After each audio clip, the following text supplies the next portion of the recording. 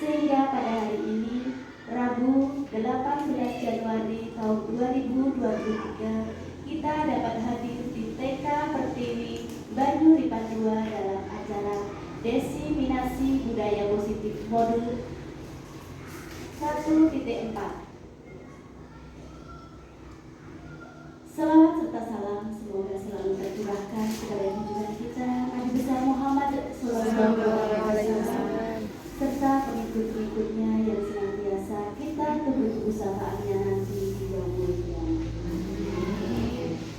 Ibu-ibu yang kami hormati, sebelum kegiatan pada hari ini kita mulai, di sini saya selaku pembawa acara akan membacakan susunan acara yang akan kita lalui bersama pada hari ini. Acara yang pertama yaitu pembukaan, yang kedua sambutan, yang ketiga inti kegiatan, 4 penutup. Memasuki acara yang pertama yaitu pembukaan, marilah acara pada pagi hari ini kita buka bersama dengan membaca doa sesuai dengan agama dan keyakinan kita masing-masing. Dipersilakan.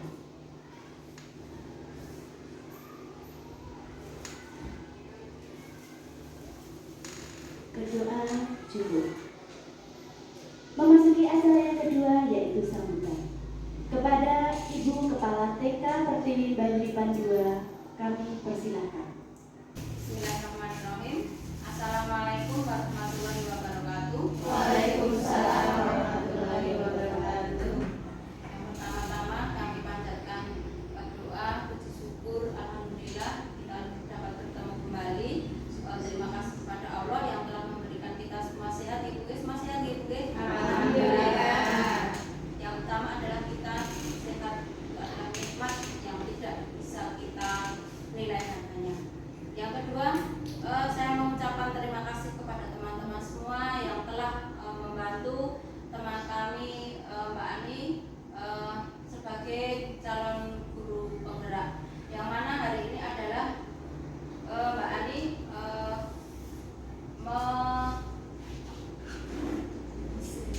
mengimplementasikan desiminasi aksi nyata modul 1.4 adalah budaya positif, yang mana kami sebagai katakanlah kalau kepala sekolah sih bukan deh, karena saya nggak punya SK kepala sekolah yang dituakan di sini. Saya sangat bangga dengan Mbak Ani yang mana dengan proses dan susah payah alhamdulillah lolos sebagai calon guru penggerak, yang mana nanti teman-teman semuanya bisa mengikuti, bisa menginspirasi ya teman-teman. Monggo yang masih muda-muda yang pinter IT, mohon maaf kalau saya IT-nya kurang begitu mampu, nanti teman-teman bisa mengikuti sejak Mbak Ani. Yang mana budaya positif ini bagi kami sebetulnya bukan hal baru, cuma kalimatnya itu menurut saya hal yang baru. Budaya positif itu apa? Kemarin saya juga bertanya-tanya. Oh ternyata kita semua di lembaga kita semua sudah melaksanakan setiap hari, yaitu adalah pembiasaan. Kalau saya di bahasa kami adalah pembiasaan setiap hari hal-hal yang baik, yang positif, atau kita mengajarkan dan praktek langsung kepada anak-anak, yaitu tadi budaya positif. Contohnya tadi kedatangan kita mengucapkan salam, berjabat tangan, itu salah satu contoh budaya positif. Kemudian kalau di rumah sebelum berangkat ke sekolah, anak-anak pamitan kepada bapak dan ibunya, seperti itu. Sekian saja penyambutan dari kami. Semoga nanti sosialisasi ini dapat diterapkan di lembaga masing-masing dan menambah wawasan kita untuk lebih baik ke depannya. Sekian, terima kasih. Akhir salam. Assalamualaikum warahmatullahi wabarakatuh. Waalaikumsalam warahmatullahi wabarakatuh. Demikian tadi sambutan dari Ibu Kepala TK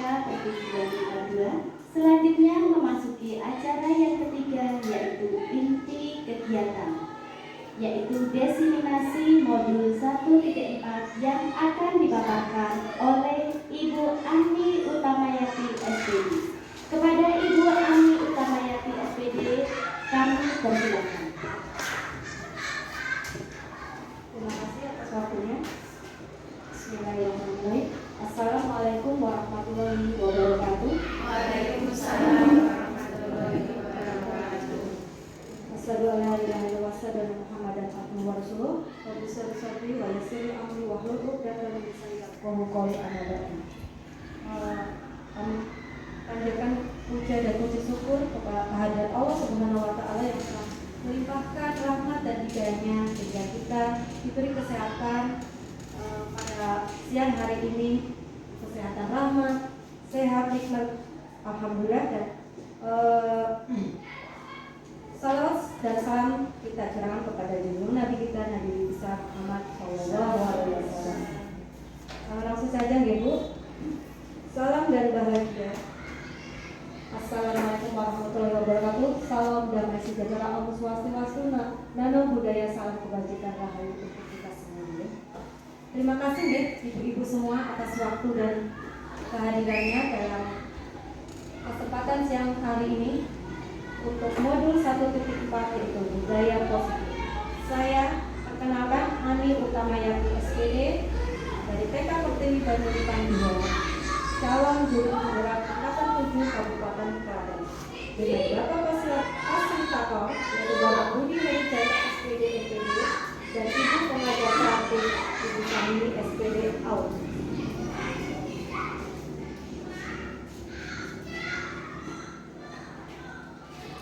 Untuk pertanyaan pematik, setuju atau tidak setujukah Ibu hukuman dapat mendisiplinkan anak?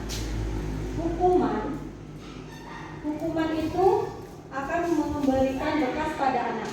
Jadi kalau hukuman itu ada hukuman yang berupa fisik dan psikis. Jadi anak akan merasakan ada bekas di mental kalau hukuman itu berupa perkataan, dan ada hukuman fisik itu nanti akan menyakiti si anak tersebut.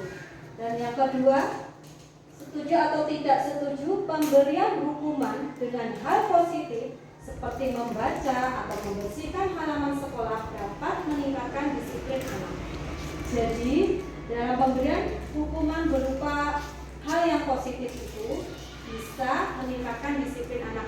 Contohnya, kalau kita anak membuang sampah sembarangan dan kita cuma menegurnya istilahnya dengan kembali kepada keyakinan kelas yang telah dibuat, jadi anak harus sadar dengan apa yang telah mereka perbuat ya. Jadi pembiasaan positif yang diterapkan setiap hari, jadi anak insya Allah dapat menyadarinya. Dan yang ketiga, memberi penghargaan dapat meningkatkan motivasi belajar anak. Setuju atau tidak setuju? Di sini memberi penghargaan itu ada anak yang istilahnya dia ingin merasa aku itu pintar, tapi dia nanti harus diberi imbalan. Jadi istilahnya anak itu tidak dengan kesadaran mereka sendiri. Nanti kalau saya nilainya bagus, kita harus nanti dapat bintang atau mungkin ada yang permen seperti itu ya Bu ya.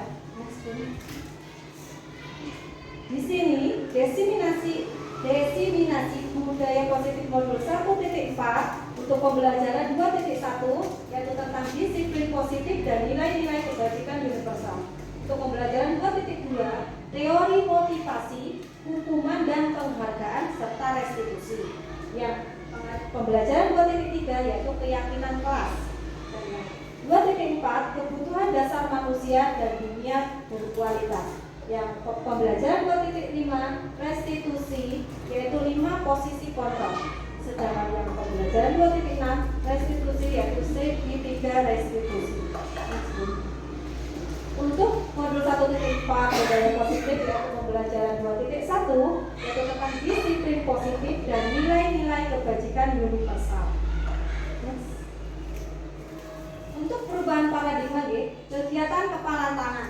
Coba anggaplah ibu sebagai A dan teman ibu di sebelahnya itu sebagai B. Anda dan teman Anda itu nanti bebas secari kertas atau tulisan benda benda sesuatu yang sangat berharga untuk Anda letakkan dan kemudian salah satu kepala tangan Anda menggenggam benda tersebut dengan segala daya, buatlah kepala. Teman Anda yang B akan berusaha mencoba sekuat tenaga untuk berbagai cara untuk meminta Anda agar bisa membuka kepala tersebut. B bisa membujuk, bisa mengancam, bisa menghardik, juga merayu, menyuap, apa saja yang dapat membuka kepala tangan Anda. Apakah yang akan terjadi? Jadi Anda itu misal mempunyai suatu tujuan atau mempunyai suatu benda yang sangat berharga, apakah Anda akan membukanya dengan berbagai bujukan dari teman B tadi? Apa Anda akan membukanya, Bu? Coba mungkin ada yang mau berpendapat, boleh. Misalnya punya suatu benda yang sangat berharga, apakah Anda akan memberikannya atau membukakannya kepada rekan Anda yang di sebelah? Tidak. Tidak ya. Berarti itu sesuai dengan apa? Intrinsik Anda, yaitu ini punya saya kok, mau dibuka rahasia gitu ya. Nah, seperti anak juga seperti itu, Bu. Kadang kita ibaratkan anak kan kalau kita kadang anak dirayu, dikasih tahu kan ada anak yang memang total dia nggak mau, egonya kan, Bu, ya seperti itu, Bu. Jadi bisa kadang nggak mau ya. Itu juga itu kembali kepada keyakinan kita masing-masing ya, Bu ya. Perubahan paradigma, teori kontrol atau teori pilihan atau ilusi kontrol. Di sini ada yang pertama, ilusi guru mengontrol murid. Di sini guru itu biasanya mengontrol murid ya, Bu. Murid yang aktif biasanya kita cuma hey nak, jangan naik atau bareng sama temannya, nggak boleh ini gitu.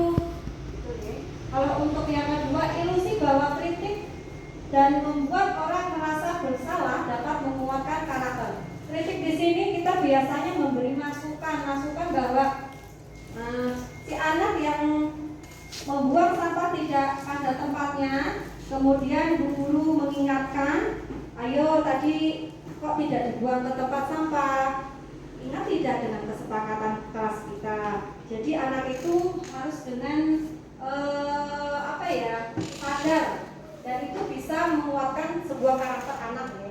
Yang ketiga, ilusi bahwa semua penguatan positif efektif dan bermanfaat. Jadi penguatan positif, misalnya membuang sampah pada tempatnya, toilet training, terus pagi hari senyum salam sapa terhadap guru dan teman, itu juga termasuk penguatan positif yang biasa kita lakukan sehari-hari ya. Dan untuk yang keempat, ilusi bahwa orang dewasa memiliki hak untuk memaksa. Nah, di sini sebenarnya posisi orang dewasa di sini itu bisa orang tua, bisa juga guru. Memaksa dalam artian bukan memaksa kepada murid, kamu harus gini ya, nah harus begini, tidak. Jadi intinya kita itu memberi pengarahan, penegasan pada anak bahwa yang dilakukannya tadi itu salah, melanggar kesepakatan yang telah dibuat, seperti itu, Bu. Next. Nah, untuk perubahan paradigma stimulus respon, teori kontrol dan teori pilihan, di sini siapa sesungguhnya yang memiliki kontrol? Sedangkan di sini stimulus respon, kita mencoba, yang pertama kita mencoba mengubah orang agar berpandangan sama dengan kita. Kita itu mau mencoba mengubah. Nah, untuk yang teori kontrolnya, kita berusaha memahami pandangan yang lain tentang dunia. Jadi kita tuh kalau untuk stimulus, kita itu seolah-olah mencoba mengubah, padahal yang di teori kontrol itu kita cuma berusaha memahami. Dan untuk yang kedua, perilaku buruk dilihat sebagai suatu kesalahan. Sedangkan yang di teori kontrolnya, semua perilaku memiliki tujuan, baik perilaku baik atau buruk sebenarnya ada tujuan. Mungkin mereka ada maksudnya apa itu loh, membuat perilaku seperti itu. Kadang kalau anak-anak cari perhatian gitu ya, kadang kalau dia nggak diperhatikan, kan dia suka membuat masalah sendiri, istilahnya caper gitu, Bu. Apalagi ada kasus ya di lembaga kami itu, adiknya lahir, dia emang pintar, cuma dia kayak kurang perhatian dari rumah. Jadi dia ke bu guru itu ada aja Bu yang di cari-cari perhatian seperti itu Bu. Nah itu juga bisa seperti itu, perilaku yang gimana ya di rumah mungkin terus dia salurkan di sekolah. Terus yang ketiga, orang lain bisa mengontrol saya, dan untuk teorinya hanya Anda yang bisa mengontrol diri Anda. Nah orang lain sebenarnya tidak bisa mengontrol orang lain kok Bu. Mungkin kalau guru bisa mengontrol muridnya dengan batasan tertentu. Nah kalau sebenarnya yang hanya bisa mengontrol itu diri kita sendiri toh Bu. Ego kita, perasaan kita kan kita. Untuk yang apa saya bisa mengontrol orang lain dan Anda tidak bisa mengontrol orang lain. Yang kelima, pemaksaan ada pada saat bujukan gagal. Nah, pemaksaan mungkin karena bujukan yang gagal, mungkin akhirnya dengan nada yang sedikit keras, Anda seperti kesannya memaksa. Gitu. Terus kolaborasi dan konsensus menciptakan pilihan-pilihan baru. Kolaborasi itu semacam kerjasama. Dari kerjasama itu mungkin kita bisa dengarkan sejauh anak ini seperti ini dan gimana ya ini nanti pemecahannya seperti itu. Dan untuk model berpikir menang atau kalah. Dan untuk teori kontrolnya model berpikir menang. Model berpikir menang kalah ini mungkin kalau anak-anak dalam bermain mungkin ada suatu permainan menang kalah seperti itu ya Bu ya. Dan sebenarnya model berpikir menang kalah itu hanya gimana ya Bu untuk membedakan bahwa dia itu menang dan kalahnya saja sih Bu. Next. Nah, dari sini untuk disiplin positif ya Bu. Ini ada bagian dari disiplin positif yaitu tentang teori kontrol atau pilihan dari Dr. William Lesser. Di sini ada berapa ini? Ada 1, 3, 4. Anda tidak bisa mengontrol orang lain. Hanya Anda yang bisa mengontrol diri Anda sendiri. Nah, di sini untuk makna disiplinnya belajar kontrol diri dengan menggali potensi kita. Jadi kita mengontrol diri kita itu dengan potensi yang ada pada diri kita. Kemampuan kita tuh apa? Mungkin kita bisa melakukan ikut semacam seminar. Sekarang kan banyak ya Bu, walaupun sudah tidak pandemi, seminar online masih banyak dan itu gratis. Biasanya itu untuk menggali potensi yang ada pada diri kita agar tercapai tujuan yang mulia dan menjadi sesuatu menjadi seseorang yang kita inginkan berdasarkan nilai-nilai yang kita hargai. Jadi kita bisa mencapai apa yang kita inginkan. Ingin jadi seperti apa sih saya? Dan ini untuk yang kedua, semua perilaku memiliki tujuan. Tujuan dari teori motivasi yaitu motivasi ada motivasi ekstrinsik dan motivasi intrinsik. Yang termasuk dalam motivasi ekstrinsik yaitu yang satu untuk menghindari hukuman. Yang satu untuk menghindari hukuman, artian perilaku itu kita melakukan perilaku yang positif untuk terhindar dari hukuman. Jadi anak itu takut gitu loh. Aku nanti naik nakal saya dihukum guru seperti itu. Dia merasa takut. Yang kedua, untuk mendapatkan imbalan. Nah, di sini itu tadi Bu seperti tadi. Wah saya tak biji bagus saja biar dapat bintang 4 atau biar dapat stiker bintang seperti itu. Jadi dia berharap dari perbuatan baik dia ingin mendapat pujian dan mendapat penghargaan seperti itu ya. Dan untuk yang motivasi intrinsik di sini untuk menghargai diri sendiri itu muncul dari diri kita sendiri Bu, muncul dari keinginan kita sendiri. Jadi kita melakukan perbuatan positif itu berdasarkan keinginan kita. Jadi tidak ada paksaan dari orang tua ataupun guru. Jadi benar-benar murni dari inisiatif anak itu sendiri. Dan kemudian menjadi nilai-nilai kebajikan yang universal. Kemudian dari situ kita bisa melakukan membuat keyakinan kelas bersama anak-anak di kelas ini. Untuk yang model berpikir menang-menangan yaitu dan kolaborasi dan menciptakan pilihan-pilihan baru. Di sini akan menciptakan 5 posisi kontrol Bu. 5 posisi kontrol di sini itu sebagai penghukum. Ada penghukum, pembuat rasa bersalah, ketiga sebagai teman, yang keempat sebagai pemantau, yang kelima sebagai manajer. Nah selama ini ibu guru di sekolah berada pada posisi kontrol yang mana ya Bu ya? Mungkin kalau kita flashback ke belakang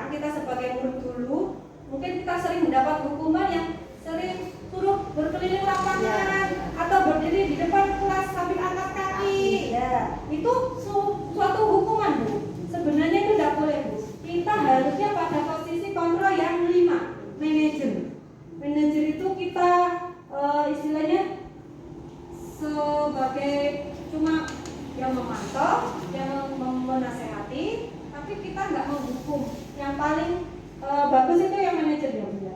Untuk yang segitiga restitusi, kemudian ada 3 tahapannya: menstabilkan identitas, validasi kebutuhan, yang ketiga menanyakan keyakinan.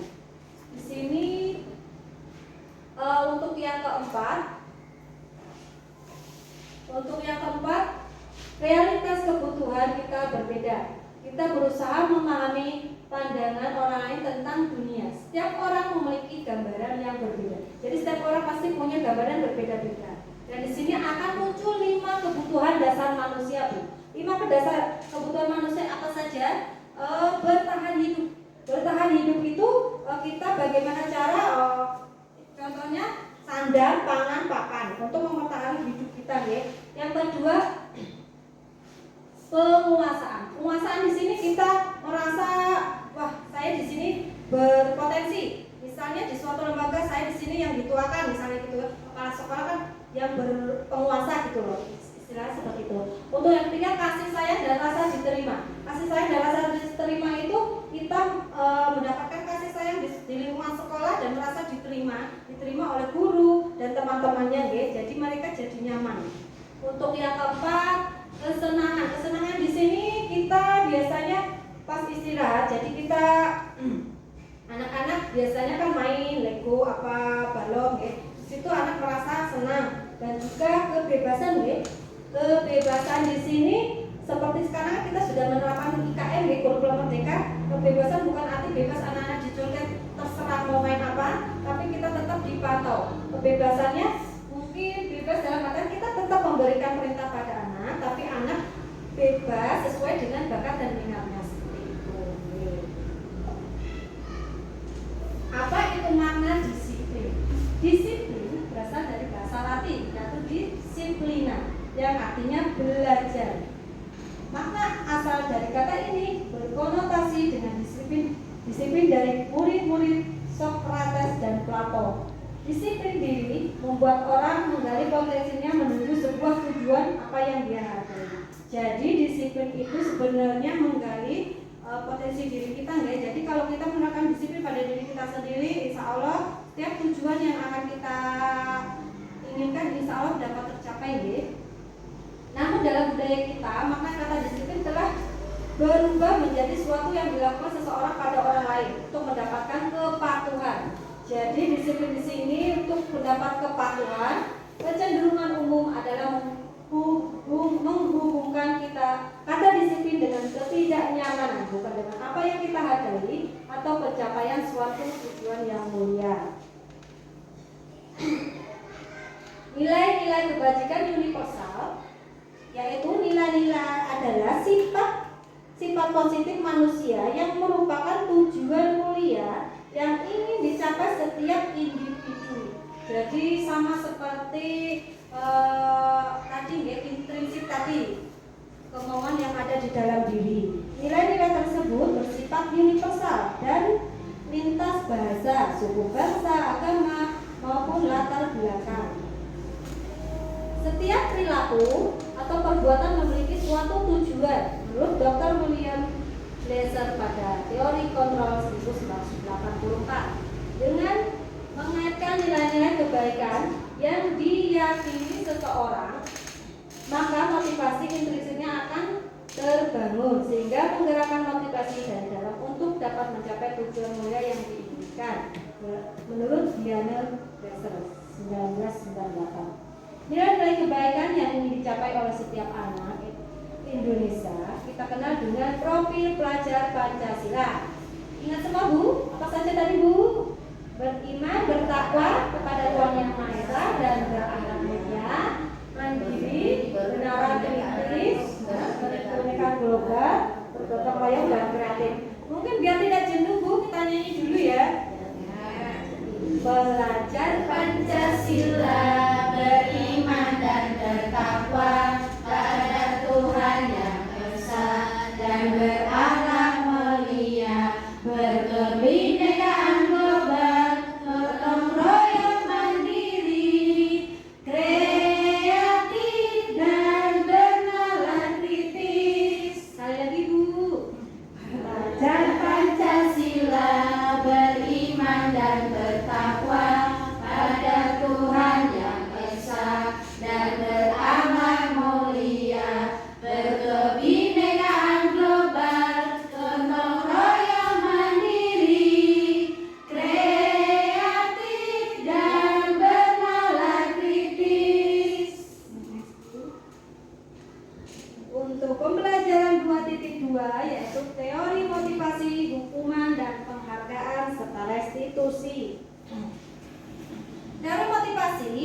perilaku manusia, yaitu yang pertama ya termasuk motivasi eksternal tadi ya Bu, tadi sudah disebutkan yang eksternal ada dua, yaitu untuk menghindari ketidaknyamanan atau hukuman. Jadi apa sih yang akan terjadi apabila saya tidak melakukan? Nah, pertanyaan seperti itu. Dan yang kedua, untuk mendapatkan imbalan dari orang lain, institusi, apa yang akan saya dapatkan ya apabila saya melakukannya. Jadi kita melakukan itu ada ingin sesuatu. Yang ketiga, untuk menghargai diri sendiri itu termasuk motivasi internal, yaitu tujuan dari disiplin positif. Merdeka.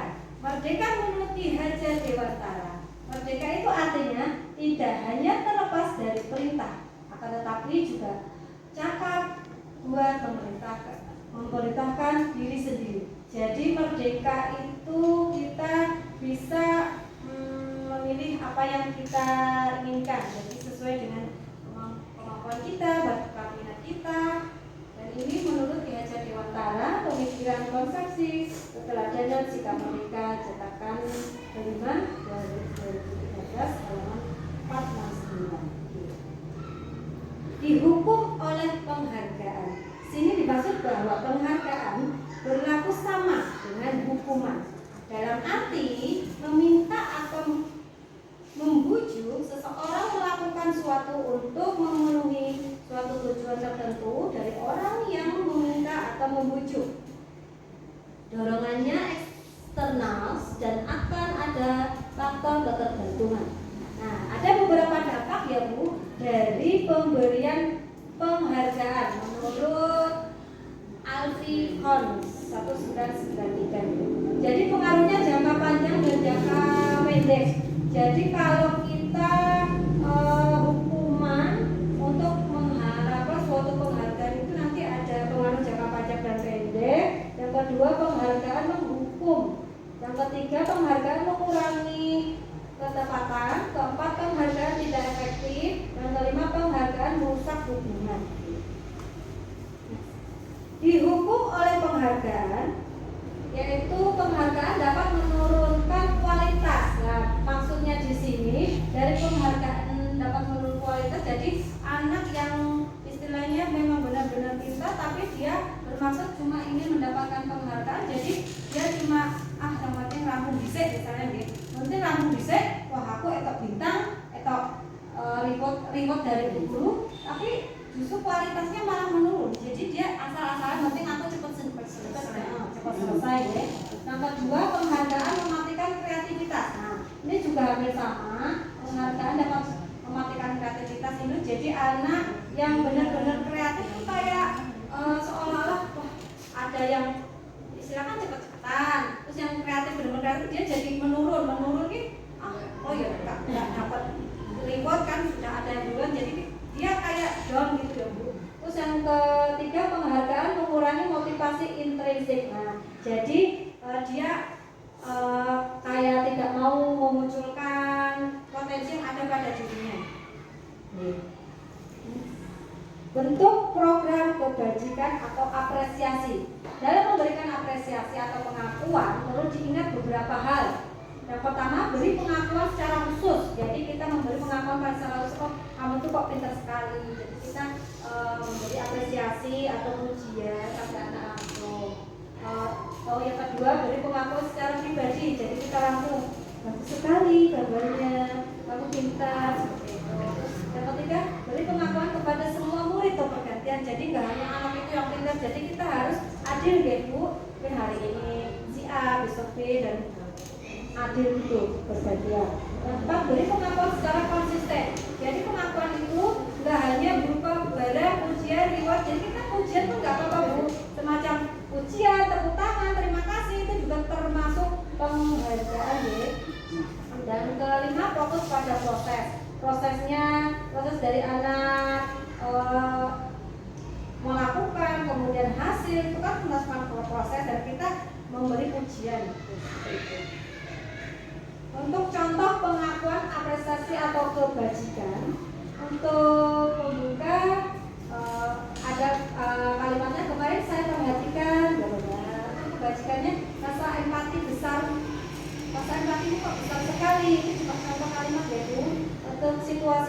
pada saat menolong murid baru di kelas kita.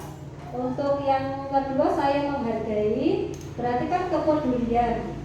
Dan untuk situasinya pada saat kamu membantu teman-teman dengan tugas kelompok, jadi ada kepedulian ya. Untuk terima kasih untuk rasa tanggung jawab. Jadi kita tanggung jawab pada saat kita memungut kertas-kertas yang berserakan di lantai. Jadi kalau membuang sampah sembarangan kita tegur, kemudian kita anak itu mengambilnya, berarti dia sudah ada rasa tanggung jawab untuk membuang kertas sampah. Tugasnya di sini coba ibu nanti perhatikan dari pertanyaan 1, 2, 3, 4, 5, 7 ini termasuk hukuman atau konsekuensi gitu ya Bu ya. Nanti kita cocokkan jawaban di sekitar nanti. Mencatat 100 kali di dalam buku kalimat saya tidak akan terlambat lagi karena terlambat ke sekolah. Nah itu termasuk hukuman atau konsekuensi. Dengan ini aja ya, pada jadi nanti dicocokkan. Yang kedua, lari mengelilingi lapangan basket 2 kali karena terlambat hadir di sekolah. Nah, termasuk hukuman atau konsekuensi. Yang ketiga, murid diminta untuk push up 15 kali karena tidak menggunakan masker ke sekolah. Yang keempat, menggantikan kertas tugas teman yang lebih jadilah dijawab-jawab. Membersihkan tumpahan air di meja tulis karena tersenggol pada saat belajar. Murid disuruh untuk tidak mengenakan sepatu seharian di sekolah karena tidak mengenakan sepatu hitam. Hukuman atau konsekuensi? Tidak mengenakan sepatu seharian karena tidak pakai sepatu hitam. Siapa tidak pakai sepatu hitam? Nah, yang ke-7 ya. Lari mengelilingi lapangan basket 2 kali karena terlambat 10 menit untuk pelajaran PJ.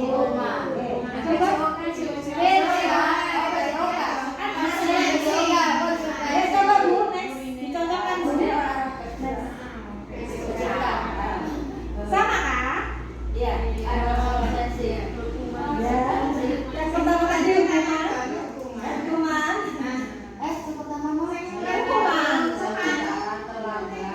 Yang sepatu tadi yang next. Untuk perbedaan hukuman dan konsekuensi.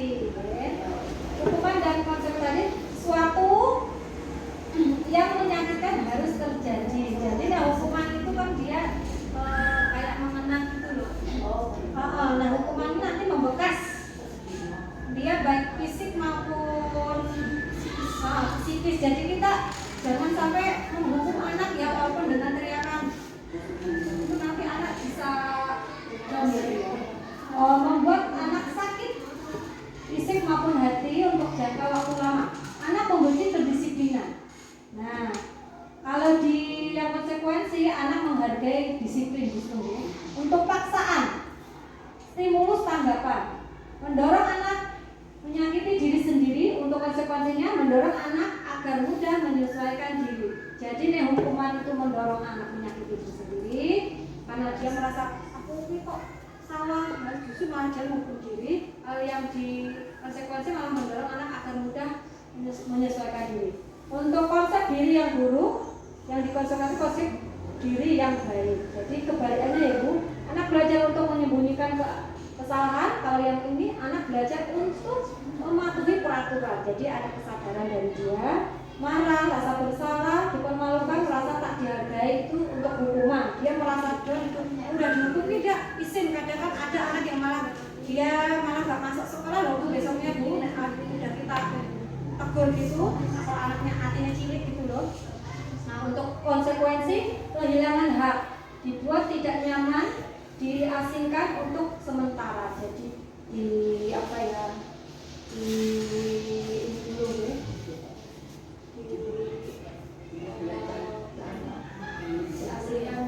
Jadi dia itu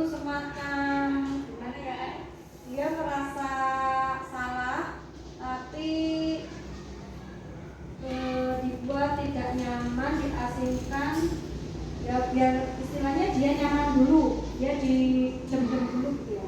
Dan ini disandu dari restitusi Diane Gosen, The Five Position of Control dari Yayasan Pendidikan Loko. Apa itu restitusi? Restitusi adalah proses menciptakan kondisi bagi murid untuk memperbaiki kesalahan mereka. Jadi mereka yang membuang sampah sembarangan, mereka jadi punya kesadaran, oh aku salah ya tadi tidak mematuhi kesepakatan kelas, sehingga mereka bisa kembali pada kelompok mereka dan mereka diterima gitu diakui dengan karakter yang lebih kuat. Restitusi juga merupakan proses kolaboratif yang mengajarkan murid untuk mencari solusi untuk masalah mereka dan membantu murid berpikir tentang orang seperti apa yang mereka inginkan. Jadi jadi orang seperti apa sih dan bagaimana mereka harus memperlakukan orang lain. Ini menurut dosen 2004. Di sini tentang identitas gagal hubungan. Jadi di sini ada contohnya identitas gagal hubungan dan identitas sukses disiplin. Yang gagal itu biasanya yang kita menerapkan hukuman ya.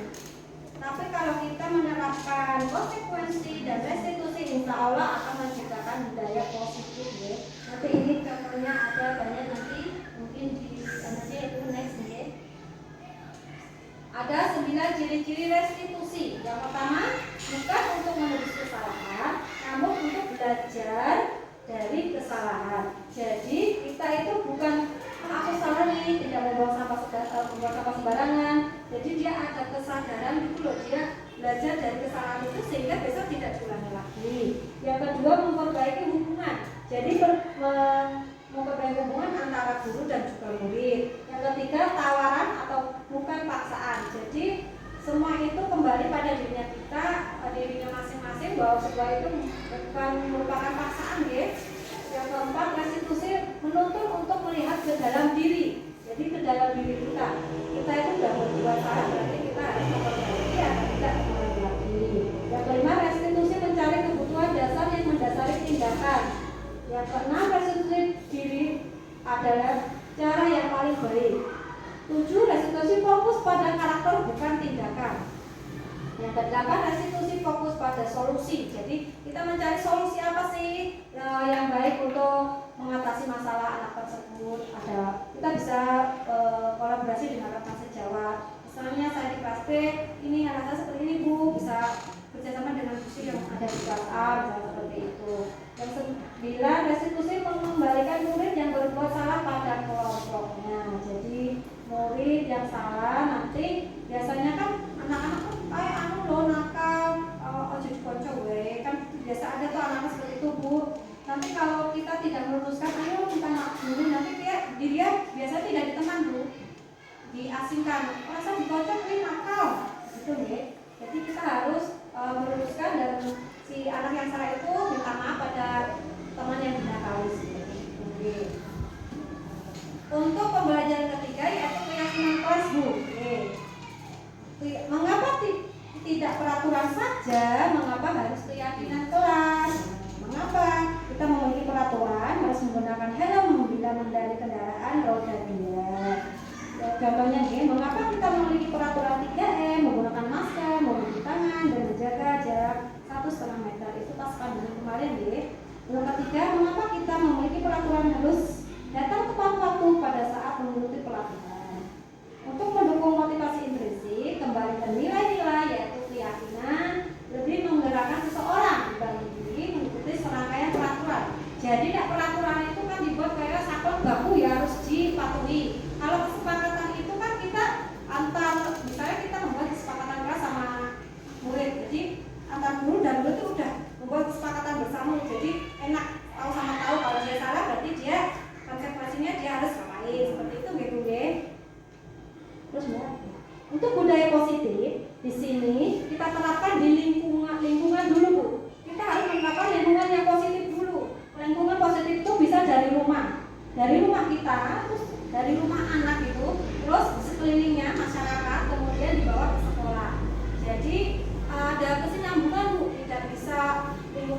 itu harus di sekolah. Biasanya di sekolah diterapkan, terus anak-anak juga diulik gitu ya, dikasih pengertian bahwa nanti di ini ya diteruskan di rumah gitu ya. Pembiasaan seperti pembiasaan memakai sepatu sendiri, makan sendiri, pakai baju sendiri atau mandi sendiri itu kan nanti berkelanjutan tahu Bu, pembiasaan seperti itu.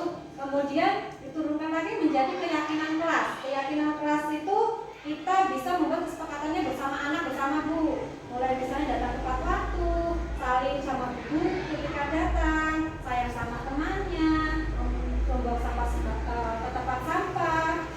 Kemudian dari keyakinan kelas yang disepakati, kemudian tercipta peraturan kelas.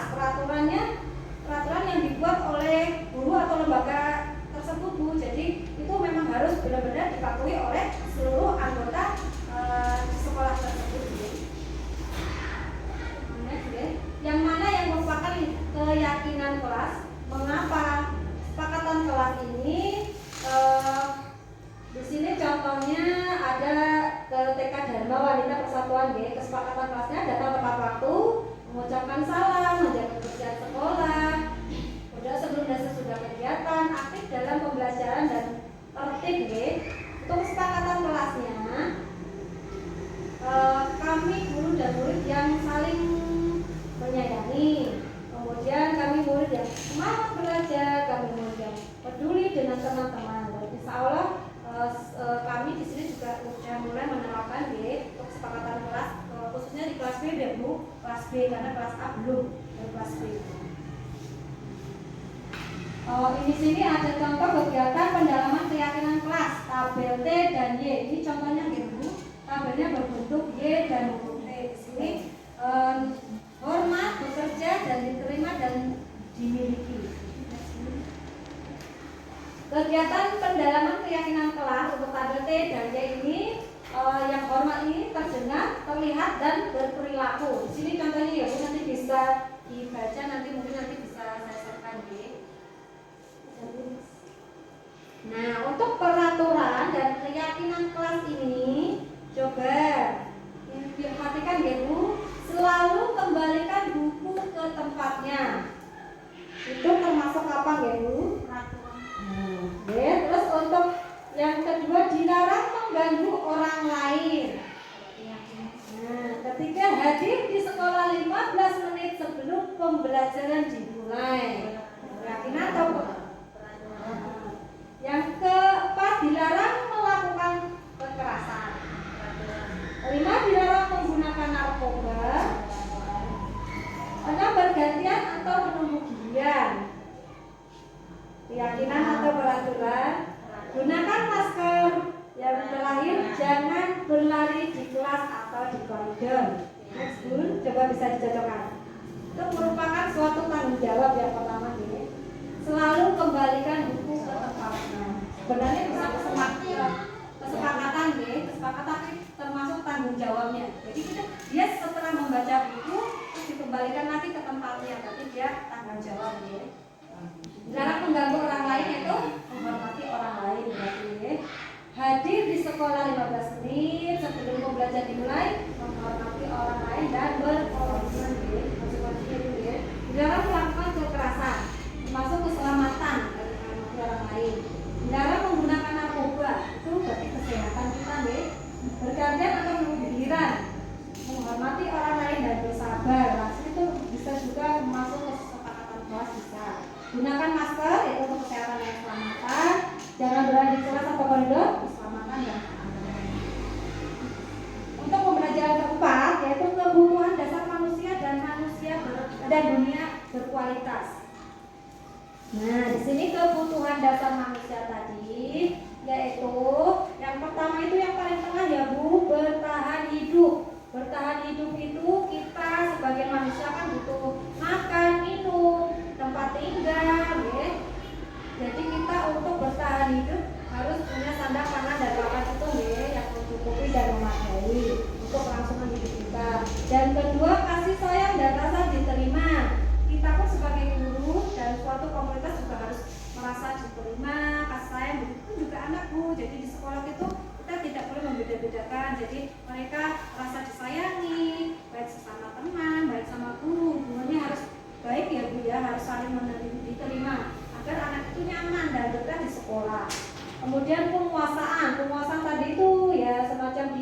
merasa paling pintar sendiri itu paling pintar, dan juga mungkin mengarahnya kepada penghargaan itu tadi ya Bu ya, karena dia puas, jadi berpuasa gitu, aku paling pintar sendiri gitu. Terus untuk kesenangan itu tadi pada bermain, ya bermain istirahat itu mereka bebas untuk memilih permainan, juga kebebasan ini hampir sama dengan kesenangan, kebebasan dalam artian bisa memilih sesuai dengan bakat dan minatnya. Nah, untuk pembelajaran kelima yaitu 5 posisi kontrol. Ya, posisi kontrol di sini kita berada di mana, yang penghukum atau pembuat orang merasa bersalah, teman, pemantau atau manajer. Terus terang ya, saya juga belum bisa sebagai manajer, kita paling sebagai pemantau Bu. Jadi masalahnya anaknya berbuat salah, kita cuma menegur gitu kan Bu ya. Nah, sampai menghukum insya Allah kalau di TK tidak ya Bu ya. Menghukum sampai lari-lari atau suruh push up tidak ada. Mungkin kalau di kelas atas mungkin masih ada deh. Kemarin pas apa itu Bu, lokal karya ya Bu, kan biasanya kita dicampur Bu dari TK sampai ke SMK. Mereka itu bercerita tentang di kelas itu naik terlambat suruh push up, seperti itu Bu. Masih kalau di TK kan tidak nih, kita harus happy, belajar sambil bermain. Nah, nanti kita bisa menerapkan posisi kita itu seperti apa Bu. Nanti kalau bisa kita sebagai manajer, tapi mungkin kan bertahap ya. Mungkin dari membuat orang merasa bersalah itu, jadi kita anak itu jadi menyadari kesalahannya, tapi masih membekas juga pada anak itu, jadi belum sepenuhnya bagus ya. Untuk sebagai teman kan kita sama anak ini langsung ya. Dan untuk pemantau kita memantau aja, memantau dalam artian itu salah, diingatkan seperti itu. Kalau manajer dan selain memantau juga memberikan solusi Bu, solusi dan semacam kayak apa ya, anak biar dia punya kesadaran untuk tidak mengulangi lagi Bu. Jadi ada solusi, ada nasihat, dan dia biar ada kemauan dari diri dia bahwa aku tuh salah, dan dia bisa berjanji untuk tidak mengulangi kemudian hari. Mungkin ada contoh-contohnya sini ya Bu. Anak kalimat itu juga ada kayak intonasinya Bu. Kalau menurutku pasti kamu ini nakal, temannya dinakali terus, tapi kamu berlari, itu kan akan melukai kok Bu. Jadi kalau yang manajer ini dia lebih halus lagi. Semakin kesana semakin singkatannya beda Bu, pengucapan kata-katanya dan juga pemilihan kata-katanya. Nah, untuk tugasnya di sini ada contoh saya kecewa sekali dengan kamu. Nah, membuat orang merasa bersalah Bu, itu contohnya. Nanti mungkin dengan intonasi yang saya kecewa sekali dengan kamu, kan seperti orang marah Untuk yang penghukum ini, kamu tidak pernah benar melakukannya. Jadi itu kayak memvonis. Dan untuk yang teman, ayolah lakukan demi ibu atau bapak, kasihan ibu. Apa kamu mau mendapatkan stiker bintang? Itu pemantau. Jadi kita ada sedikit iming-iming imbalan Bagaimana kamu bisa menyelesaikan masalah ini? Kalau manajer itu kita kayak ngasih solusi. Bagaimana mau menjadi seperti apa kamu ke depannya? Dan untuk yang ini, penghukum ini, kamu selalu yang paling terakhir mengerjakannya. Jadi anak itu kayak di judge gitu loh. Itu walaupun cuma kata-kata Bu, tapi dia akan membekas psikisnya loh Bu, yang bahaya ya Bu ya. Kalau untuk fisik dia benar, itu mungkin dia akan melukai fisiknya. Ya Bu, next. Untuk bergerak antara peraturan, pemantau, konsekuensi atau hadiah dan nilai. Kalau peraturan itu nilai-nilai, pemantau itu bisa manajer, dan konsekuensi atau hadiah itu memperbaiki.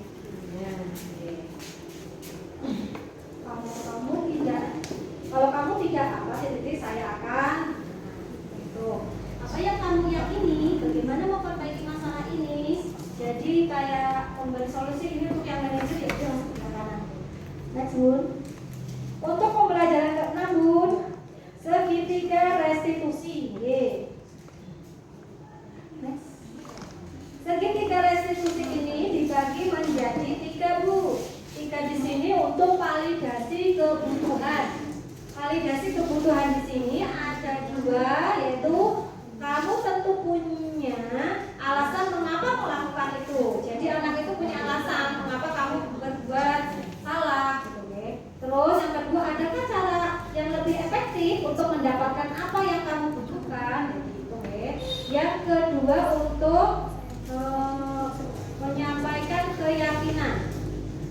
menstabilkan identitas ini, setiap orang pasti punya salah nih. Setiap orang pasti punya salah. Mungkin kenapa kamu melakukan itu? Terus kamu bukan satu-satu yang bersalah. Jadi nggak hanya kamu, berarti temanmu tuh melakukan itu. Gitu. Dan untuk menanyakan keyakinan, yaitu nilai-nilai yang telah kita sepakati. Jadi kita kembali ke kesepakatan kelas tadi. Dan kesepakatan kelas dilanggar terus konsekuensinya apa gitu. Dan yang pertanyaan satunya, kamu ingin menjadi orang seperti apa gitu ya.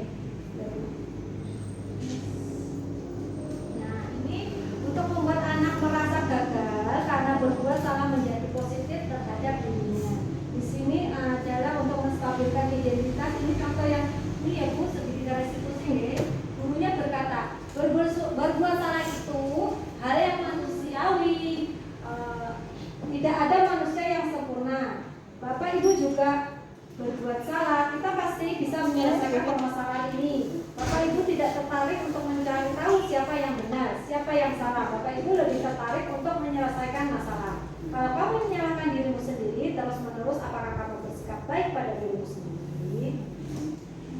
Nah, untuk validasi kebutuhannya, membantu murid mengenali basic need, kebutuhan dasar yang ingin dipenuhinya ketika melakukan kesalahan itu.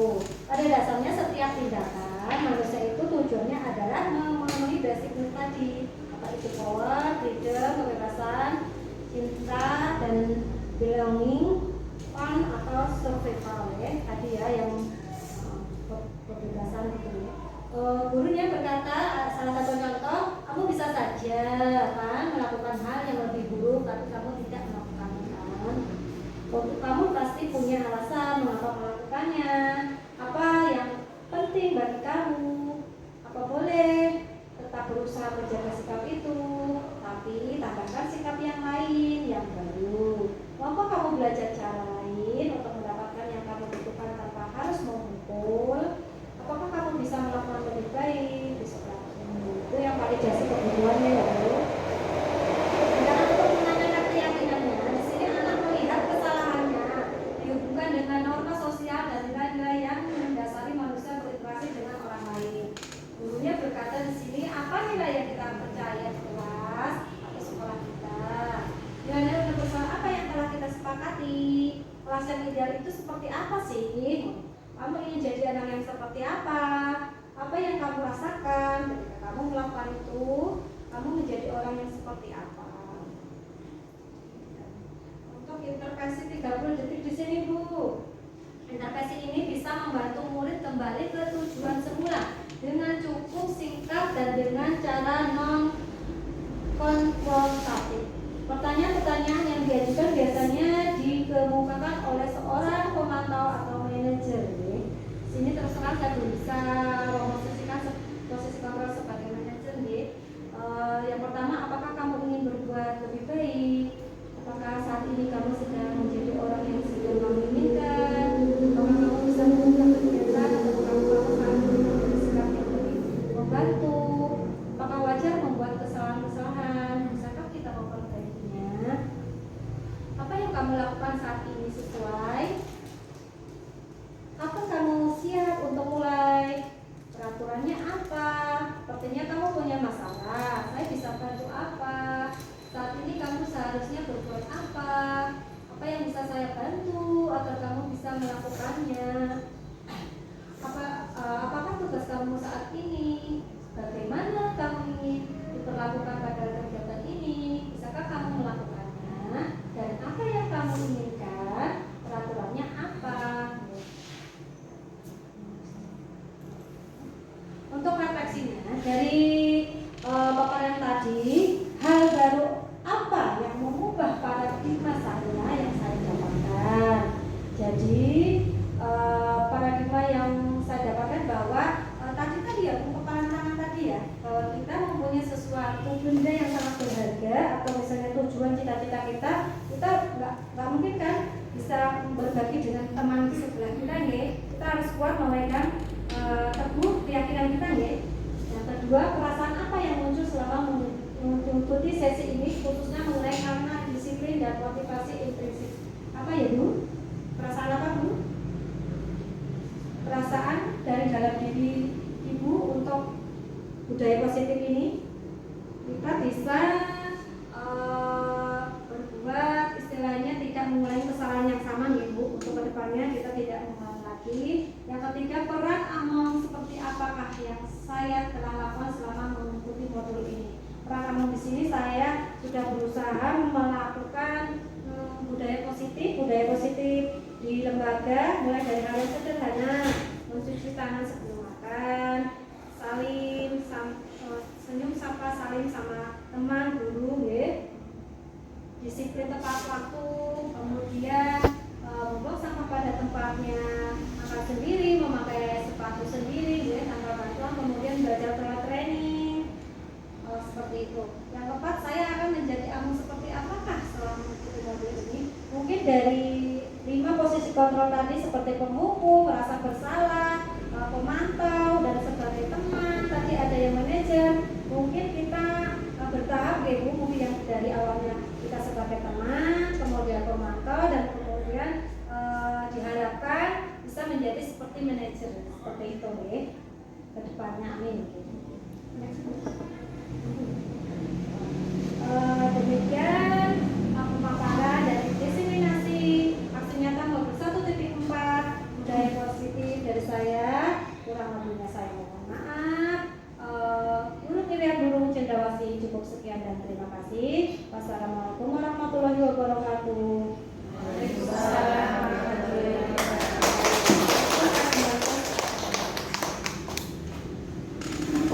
Baik, demikian tadi diseminasi yang telah dipaparkan oleh Ibu Ani Utamayati tentang budaya positif modul 1.5.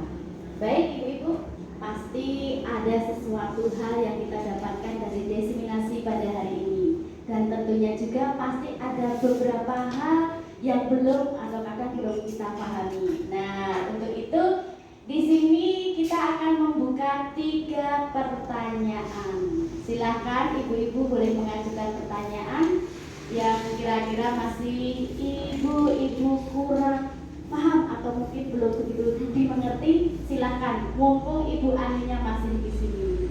Monggo Ibu, kami persilahkan. Baik, silahkan Ibu Nia. Assalamualaikum warahmatullahi wabarakatuh. Waalaikumsalam warahmatullahi wabarakatuh. Alhamdulillah untuk pemaparan yang Ibu disampaikan sangat bagus dan jelas, sehingga bisa menambah ilmu dan pengetahuan kita semua, sehingga dalam budaya positif ini nanti kita bisa menerapkan di lembaga kita masing-masing, Ibu. Mohon maaf, saya mau bertanya ini untuk tentang budaya positif ini, apa yang faktor apa yang menjadi penghambat dan pendukung yang dialami dalam pelaksanaan budaya positif yang telah dilakukan. Itu saja. Terima kasih. Wassalamualaikum warahmatullahi wabarakatuh. Waalaikumsalam. Baik, langsung dijawab saja, oke? Oke, silakan Ibu Ani. Terima kasih atas pertanyaannya dari Ibu Nia. Tadi ditanyakan faktor penghambat dan pendukungnya, ya. Dalam kami melakukan budaya positif di lembaga, ya. Untuk faktor pendukungnya, alhamdulillah saya mendapat dukungan dari kepala sekolah. Kepala sekolah saya sangat mendukung sekali saya mengikuti program guru penggerak yang angkatan 7 Kabupaten Klaten ini, ya. Alhamdulillah kepala sekolah mendukung dan sangat antusias sekali, sehingga untuk demi kemajuan lembaga kami juga, ya. Selain itu juga dari rekan sejawat saya, ya, ada Bu Sri dan ada Bu Sipa, mereka juga sangat membantu sekali, sangat antusias dan sangat kita berkolaborasi kerjasama untuk menciptakan budaya positif. Mungkin dari hal-hal yang sederhana saja, ya. Hal-hal yang sederhana dapat kita terapkan, yaitu budaya positif di sekolah itu, ya, seperti datang tepat waktu, saling menjaga kebersihan, buang sampah pada tempatnya, ya, itu termasuk salah satu budaya positifnya. Tadi yang mendukung kepala sekolah dan teman rekan sejawat.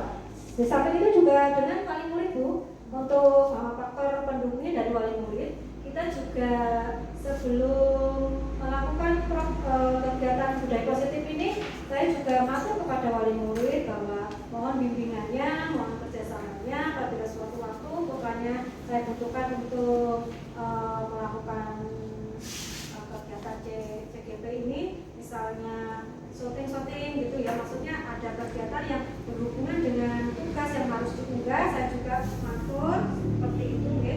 Dan juga dari murid sendiri itu Bu, dari murid juga kan, kalau anaknya nggak mau Bu, saya sampai berkali-kali itu syuting Bu untuk mengupload tugas itu.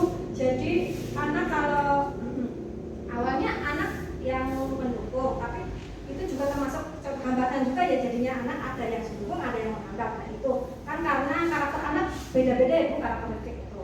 Ya setelah itu juga alhamdulillah dari SD juga sangat mendukung, istilahnya kita saling ya, antara anak kita kan seakrab, jadi seperti itu.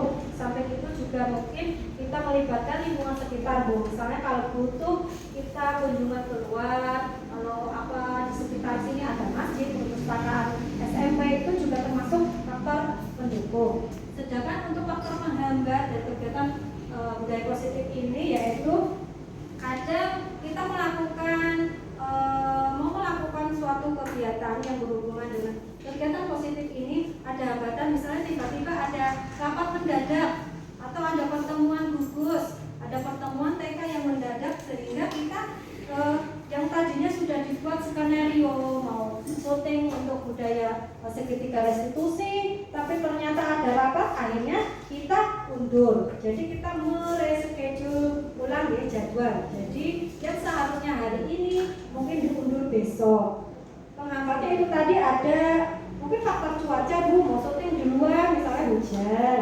Bisa juga anak yang moodnya tadinya ya Bu saya mau, kemudian menghadap kamera dia jadi lupa, dan bisa itu Bu, itu termasuk penghambat Bu. Mungkin itu saja, mungkin Bu Dia gimana? Ada yang oke. Terima kasih. Mungkin itu saja. Baik, kemudian tadi jawaban dari Ibu Ani, apakah sudah puas Ibu Nia? Alhamdulillah sudah. Alhamdulillah. Baik, dilanjutkan ya, jawaban yang luar biasa. Lanjut ya, pertanyaan kedua, silahkan Ibu. Assalamualaikum warahmatullahi wabarakatuh. Waalaikumsalam warahmatullahi wabarakatuh. Izinkan kami bertanya. Tadi sudah dipaparkan mengenai restitusi dan juga ciri-ciri restitusi, agar semua yang dipaparkan tadi bisa menambah wawasan bagi kita. Yang kami tanyakan, seperti apa ya contoh segitiga restitusi yang ada di lembaga panjenengan Bunda? Baik, langsung saja ya Bu Ani, monggo silakan. Baik, terima kasih Bu Tina atas pertanyaannya. Jadi alhamdulillah kami sebelum menginjak di aksi nyata modul 1.4 yaitu budaya positif, kita juga sudah melakukan demonstrasi kontekstual. Di sana kita mengangkat dua kasus di mana untuk membuat sebuah segitiga restitusi, yaitu kasusnya sih sederhana Bu. Anaknya itu membuang sampah tidak pada tempatnya, dan yang kedua anak saat membaca buku dia tidak merapikan kembali ke tempatnya, malah dia pergi, malah dia makan. Dan ini saya sudah ada linknya guys, link video. Jadi bisa dilihat Bu, ada dua kasus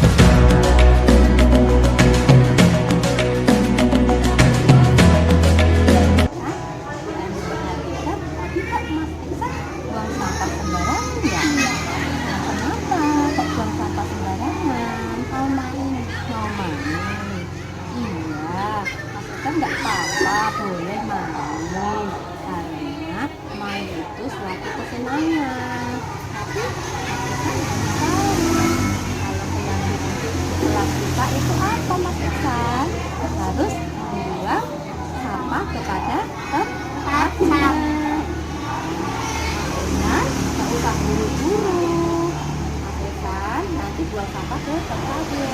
Tapi Bu Ani juga enggak. Mas Esa langsung membuang sampah ke tempat sampah.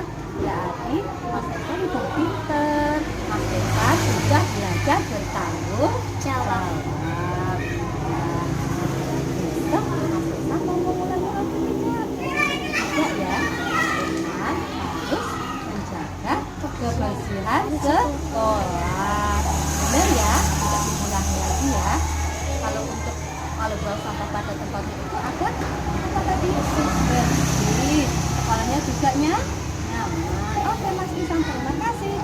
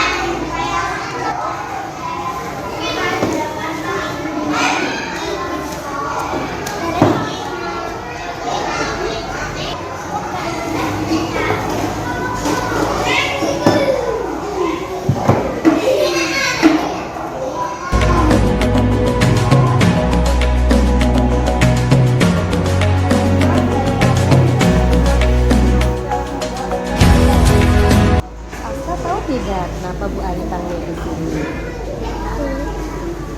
Nggak tahu. Oh enggak tahu. Tadi Bu Ani lihat Mas Aska pas istirahat sedang membaca buku ya. Tapi Bu Ani perhatikan kok Mas Aska langsung pergi. Dan apa tadi Mas Aska? Mas Aska lapar. Oh, Mas Aska tadi makan. Bukunya tadi diberesin apa tidak ya? Oh tidak. Iya. Mas Aska lupa ya. Kesepakatan kita di kelas itu apa ya? Kalau habis membaca buku, terus Di tempatnya. disimpan di tempatnya kembali ya. Iya, nggak apa-apa untuk kali ini Mas Aska tidak apa-apa karena memang Mas Aska lapar, Mas Aska ingin makan itu karena sebuah kebutuhan ya Mas Aska ya. Besok lagi Mas Aska siap nggak kalau habis membaca buku, terus bukunya dikemanain? Tempatnya. Disimpan di tempatnya lagi ya. Baru Mas Aska makan. Mas Aska siap? Ya, janji ya besok untuk tidak mengulangi lagi bahwa tadi ternyata temennya sayang sama Mas Aska. Tadi diburu lihat Mas Aska sudah dibantuin sama Mas Esa. Jadi sesama teman kita harus rukun. Iya, besok tidak ulangi lagi ya. Oke, terus dulu. Iya, terima kasih Mas Esa. Tujuan besar akan menjaga kebersihan sekolah. Ibu guru besok Mas Aska membaca buku. Mas Aska bukunya dikembalikan di tempatnya.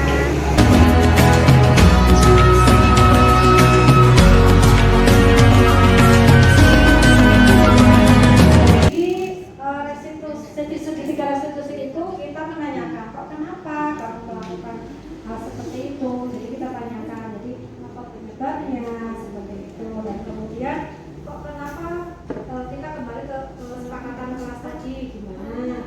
Terus jadi istilahnya kita ada apa ya? Kita jadi face to face gitu loh. Kita menanyakan terus kenapa penyebabnya, terus kembali ke kesepakatan kelas, terus kita memberikan solusi. Jadi memberikan keyakinan bisa jangan diulangi lagi ya. Kemudian sendiri dengan tanggung jawab. Jadi kita tidak ada paksaan atau hukuman. Tertutup di sini mungkin gimana sudah pas atau belum? Oke, terima kasih. Oke, demikian tadi jawaban dari Ibu Ani, berikut contoh-contohnya ya. Sudah Ibu? Oke, terima kasih. Selanjutnya pertanyaan yang terakhir, pertanyaan ketiga, silahkan siapa? Monggo. Baik, monggo silahkan Ibu hari ini. Assalamualaikum warahmatullahi wabarakatuh. Menurut pemaparan dari Bunda Anita itu tentang budaya positif, di sini saya akan menanyakan apa perbedaan tentang peraturan kelas dan kesepakatan kelas, dan tolong diberikan contohnya karena saya belum begitu jelas. Terima kasih. Assalamualaikum warahmatullahi Waalaikumsalam. Terima kasih atas pertanyaannya dari Bu hari ini ya. Tadi untuk perbedaan dari keyakinan kelas dan peraturan kelas ya Bu ya. Dan contohnya tadi untuk peraturan kelas itu biasanya dibuat oleh gurunya ya. Dibuat oleh guru bahwa itu harus dipatuhi oleh siswa dan seluruh anggota yang ada di sekolah. Biasanya peraturan itu seperti seragam hari Senin, Selasa, Rabu, Kamis kan sudah ada ya, sudah ditetapkan mungkin kedatangan jam berapa, seragam hari itu, kemudian waktu istirahat, waktu pulang, waktu kedatangan, jam istirahat, itu peraturan itu yang harus dipatuhi oleh murid dan juga seluruh anggota masyarakat, anggota kelas di lembaga. Untuk keyakinan kelas, kalau keyakinan kelas itu dibuat berdasarkan kesepakatan bersama antara guru dan murid. Jadi kita membuatnya bareng-bareng. Kita diskusikan sama murid, kita diskusikan bahwa itu kesepakatan yang harus kita laksanakan bersama dengan misalnya dengan konsekuensi kalau melanggar nanti apa, misalnya harus menyapu atau apa dengan simpel gitu ya, perbuatan positif yang simpel. Mungkin nanti ada di sini ada ya contohnya untuk kesepakatan kelas itu datang tepat waktu, menjaga kebersihan, dan mungkin nanti untuk lebih jelasnya contohnya nanti ada ya Bu. Contohnya yang lebih jelas untuk kegiatan positif itu di saya maksudnya aja Bu, foto-foto aja Bu.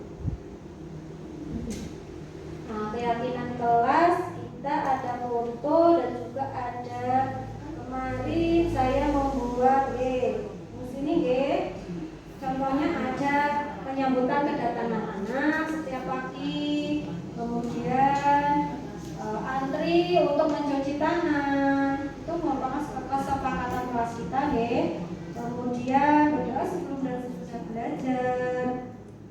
Next memakai sepatu sendiri dan melepas sepatu saat datang. Next. Kemudian kemarin kita membuat keyakinan kelas bersama Bu. Keyakinan kelas bersama kita diskusi sama anak apa yang harus kita yakini selama berada di kelas. Next. Ya sama memakan bekal dari rumah Bu bersama-sama. Kemudian ini sama untuk antri sabar, merapikan mainan setelah bermain ke tempat semula, kemudian merapikan buku setelah membaca buku, bermain bersama di halaman dengan rukun sesama teman, kemudian penyambutan anak juga sama, dan membuang sampah pada tempatnya. Mungkin itu Bu, atau mungkin untuk lebih jelasnya atau gimana? Perlu diputarkan video atau cukup Bu hari ini? Gimana? Ya, sudah cukup, terima kasih, Baik, tadi kesempatan di awal kita diseminasi kurang lebih 1 jam ya. Mungkin ini sudah lebih. Oke, demikian tadi diseminasi dari Ibu Ani Utamayati tentang budaya positif modul 1.4. Alhamdulillah diseminasi modul 1.4 yang sudah dipaparkan oleh Ibu Ani Utamayati SPD telah berjalan dengan lancar dari awal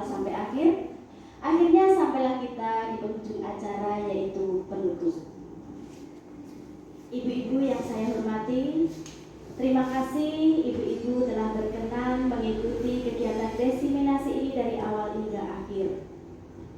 Sebelum kegiatan pada hari ini kita tutup, marilah kita berdoa menurut agama dan keyakinan kita masing-masing. Dipersilakan.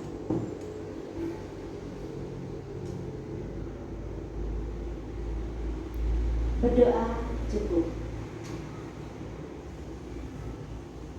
Ibu-ibu yang saya hormati, sebelum ibu-ibu meninggalkan tempat desiminasi hari ini, kami persilakan nanti untuk menikmati hidangan sekedarnya. Dan sebelumnya kami tutup. Akhirul kalam, wassalamualaikum warahmatullahi wabarakatuh. Waalaikumsalam.